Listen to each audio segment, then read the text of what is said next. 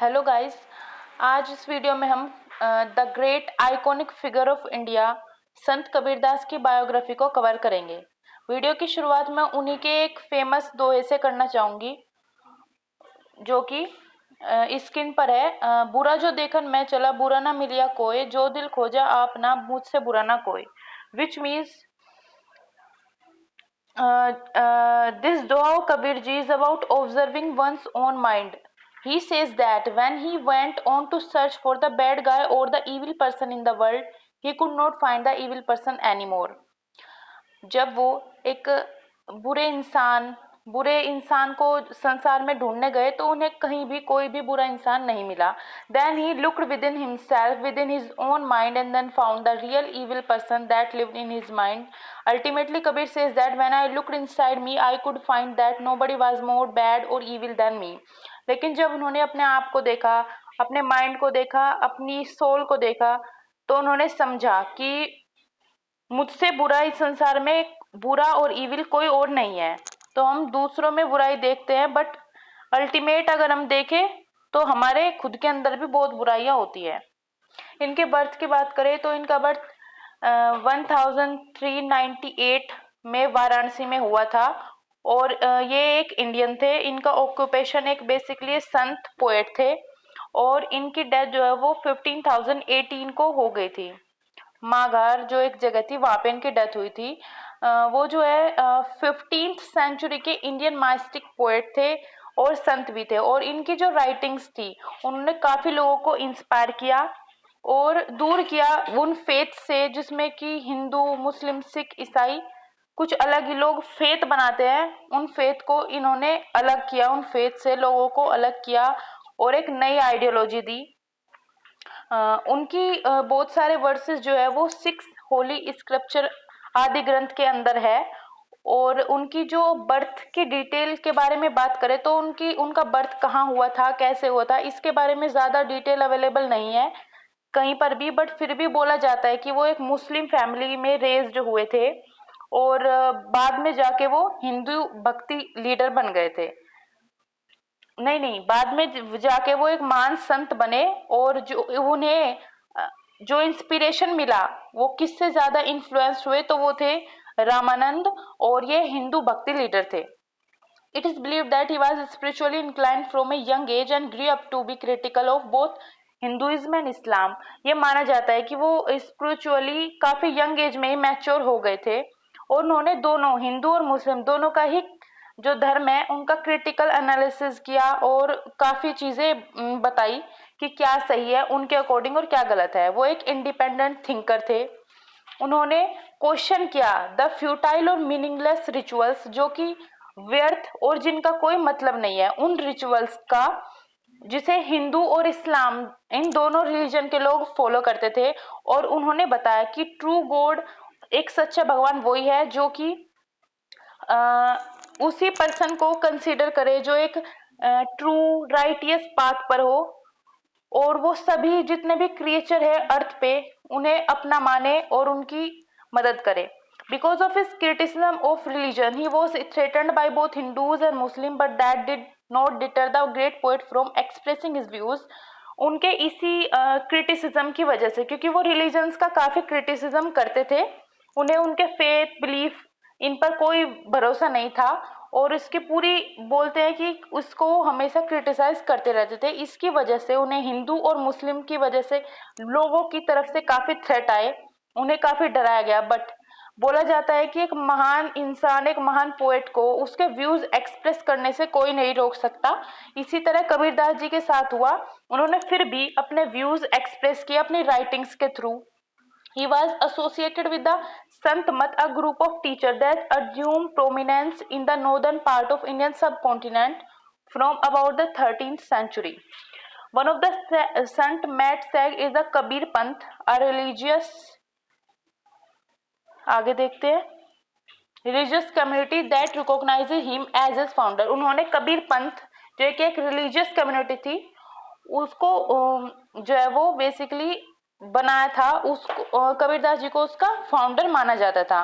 Childhood और early life की बात करें तो हमने बताया है कि कबीरदास जी के बर्थ के बारे में ज्यादा इंफॉर्मेशन नहीं है, बट फिर भी उनका बर्थ जो है वो माना जाता है कि अराउंड 14,040 इसी के बीच में उनका बर्थ हुआ है। अकॉर्डिंग टू इंडियोलॉजिस्ट वेंडी डोनिगर, एक आइडियोलॉजिस्ट थे वेंडी डोनिगर, उन्होंने कहा था कि कबीर जो है वो एक मुस्लिम फैमिली में बोर्न हुए, वहीं पे उनका लालन पालन हुआ और वो स्पिरिचुअली इंक्लाइन थे जब वो यंग थे तभी से। और ये बिलीफ है उनके बारे में कि वो पोएट संत स्वामी रामानंद जो थे, वाराणसी में वो संत थे, वो उनके काफी अच्छे शिष्य बन गए थे। The Swami was known for devotional Vaishnavism with a strong band to monist Advaita philosophy and he taught that God was inside every person and everything.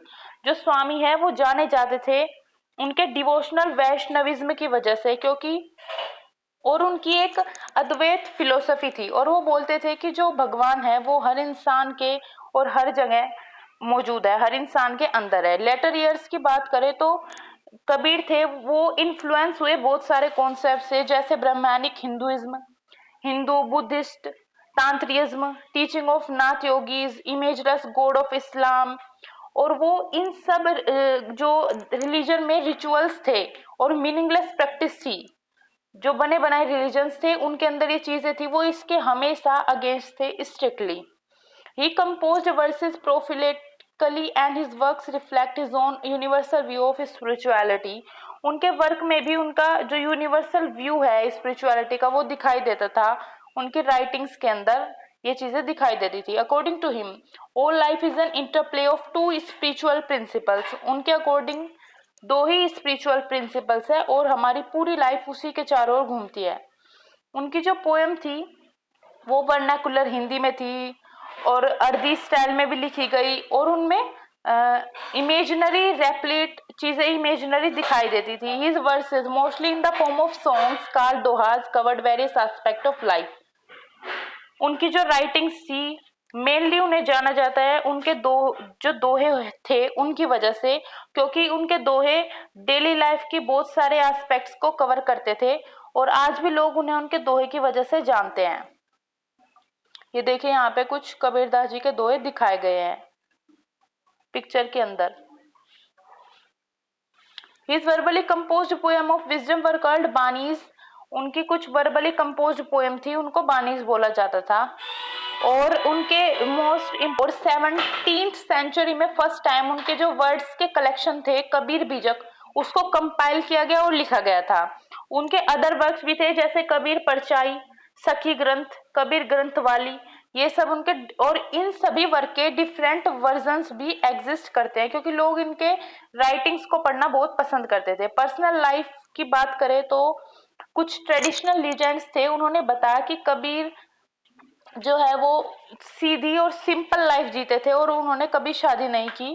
और कुछ सोर्स बताते हैं कि उनकी शादी हुई थी और उनकी वाइफ का नाम था धनिया और उनके 2 बच्चे थे, कमाल एंड कमला।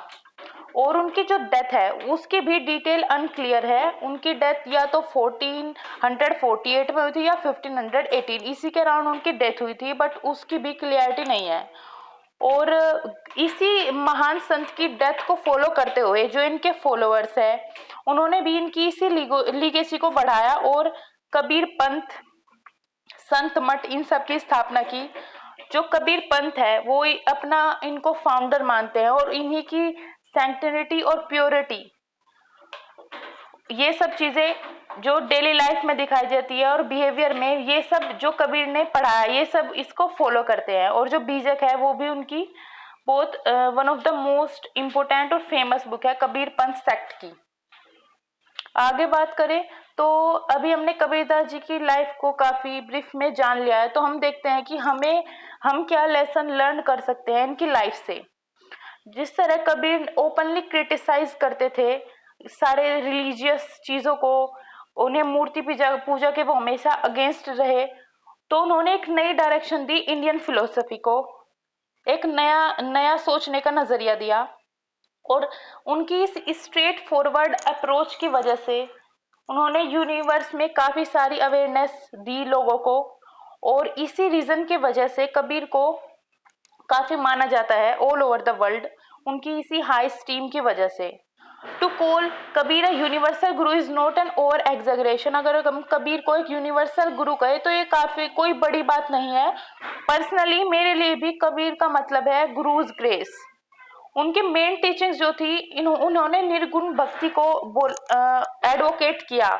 इनके अकॉर्डिंग अगर हम पूजा करें तो उसके लिए हमें किसी सेक्रीफाइस की, रिचुअल बात, idol worship, austerities, religious practice, इन सब चीजों की जरूरत नहीं है।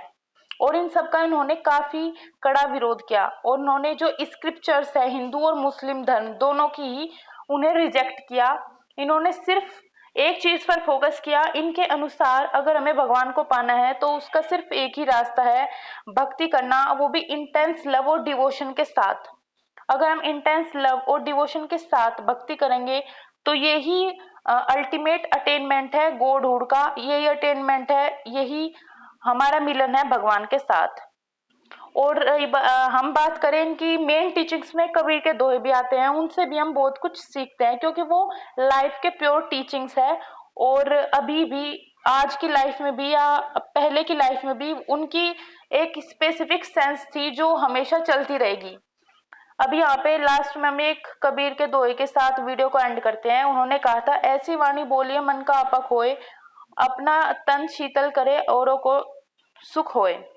इसका मतलब था कि speak not through your ego so that the body remains composed and you spread Joy through your words. उनका मतलब यही था कि आप किसी को भी कुछ गलत ना बोले कि दूसरे इंसान को हर्ट हो, बस आपको हमेशा अच्छा बोलना चाहिए जिससे कि अपने आप को भी अच्छा लगे और दूसरे इंसान को भी। Thank you. Please like, share and subscribe the channel.